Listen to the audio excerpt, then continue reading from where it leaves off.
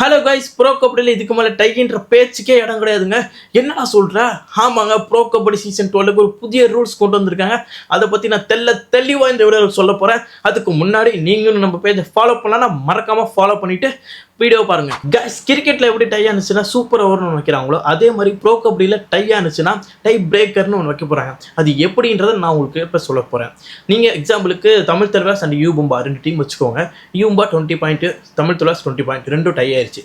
அதுக்கப்புறம் வழக்கம் போல் each 1 point தானே ஒவ்வொரு சீசனும் கொடுப்பாங்க, ஈச் பாயிண்ட்னு. ஆனால் இப்போ அது கிடையாது, டை பிரேக்கர்னு ஒன்று நடத்த போகிறாங்க. அது என்னன்னா ஈச் 1 தமிழ் தலைவாஸ்லேருந்து ஒரு 5 பிளேயர்ஸ் நீங்கள் ஃபிக்ஸ் பண்ணிக்கணும். இந்த 5 பிளேயர் தான் ரைடு போக போகிறாங்க அப்படின்னு. அதே மாதிரி யூபும்பாலேருந்து ஒரு 5 பிளேயர் ஃபிக்ஸ் பண்ணிக்கிட்டு அவங்க 5 பேர் தான் ரைடு போக போகிறாங்க. மாற்றி 5 டைம்ஸ் ரைடு போய்ப்பாங்க. அப்போது ஃபைனலாக எந்த டீம் ஹையஸ்ட் பாயிண்ட்டில் ஃபினிஷ் பண்ணுறாங்களோ அவங்க தான் வின்னர். ஆனால் ஒன்று நீங்கள் வச்சுக்கோங்க, டேக்கிள் பாயிண்ட் கிடையாது. அதே மாதிரி நீங்கள் அவுட் ஆகிட்டீங்களோ அப்படின்னா ரிவைவல் பண்ண முடியாது. ஓகேங்களா? அது 2 இப்போ கிடையாது. டேக்கிள் அண்ட் ரிவைவல் அது கிடையாது. ஒன்ஸ் நீங்கள் ரைடு போய் அவுட் ஆகிட்டிங்கன்னா தட்ஸ் இட், அவ்வளோதான், முடிஞ்சிடும்.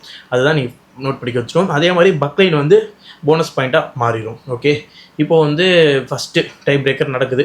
அதில் தமிழ் தலைவாஸ் யூபா ரெண்டுமே 5-5 ஈச் பாயிண்டில் இருக்குன்னா திருப்பி 2வது டை பிரேக்கர் நடத்துவாங்க.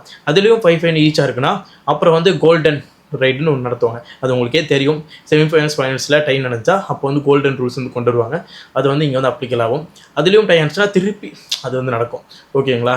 இதுதான் இப்போ டை பிரேக்குன்னு ஒரு ரூல்ஸ் கொண்டு வந்திருக்காங்க. எதுக்கு அப்படின்னா இதுக்கு மேலே டைன்ற பேச்சு இருக்கக்கூடாது ராசா. இதுக்கு மேலே எல்லா டீமும் ஜெயிக்கணும், இல்லாட்டி தோக்கணும், அவ்வளோதான். டை ஆகிட்டு சும்மா ஒவ்வொரு பாயிண்ட் கொடுத்துட்டு போகிறதுலாம் இங்கே வேலைக்கு ஆகாது, சுவாரஸ்யமும் இல்லை. இதுக்கு மேலே சுவாரஸ்யமாக இருக்க போகுதுங்க. ஏன்னா ப்ரோ கபடியில் ஏகப்பட்ட டைம் மேட்ச் நடக்கும். வேணும்ட்டே டை பண்ணுவாங்க, டையில் முடிச்சுட்டு ஈச் பாயிண்ட் வரணும். ஆனால் இப்போ அது நடக்காது கண்ணா. நீ உசர் கொடுத்து விளையாடி தான் ஆகணும். முக்கியமாக தமிழ் தலைவாஸ் எடுத்துக்கிட்டிங்கன்னா டைக்குனே பிறந்த டீம் அதெல்லாம். அதனால் தமிழ் தலைவாஸ்க்கு இதுக்கு மேலே அந்த டைன்ற பேச்சு இருக்காது. ஒன்று தோல்வி இல்லை ஒன்று வெற்றி. இந்த வருஷம் டீம் வேறு செம்மையாக இருக்குது.